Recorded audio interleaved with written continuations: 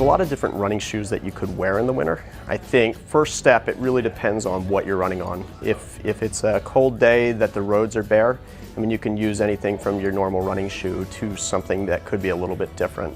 You might put a trail shoe on to have a little bit more traction. The sole on most kind of trail shoes have a little bit more kind of tread to them that would grip the ground a little bit better. Probably if there was a little bit of snow, that could be handy. If it starts to become icy or a surface that could be much more slippery, you probably want to use something that could be kind of like this, that has kind of traction that's kind of built into it. So these are just little sheet metal screws that I've put in the bottom of this pair of shoes and add some traction. They also have some external stabilizers that do a very similar job to this, that kind of strap over any kind of running shoe. And they can do the same type of thing, just provide some different traction so that if you are on that ice or slippery surface, that would be a good way to kind of stay afloat and not fall down.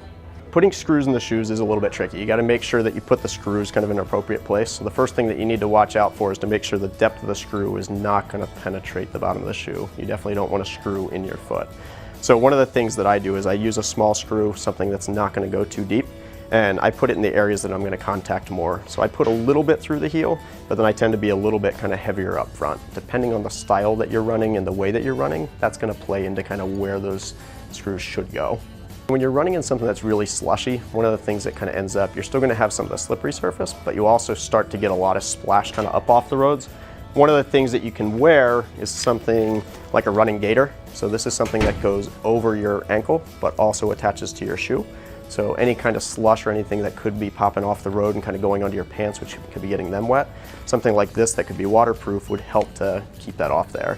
The other thing to be mindful of, if it is going to be slushy, using a shoe such as this that could be a Gore-Tex shoe, so your foot's not going to get as wet, so you step in a small kind of slushy puddle that would saturate kind of any other shoe. Something like this is going to keep that kind of water out of there. With the gaiter combination, it's going to keep the water off your pants as well.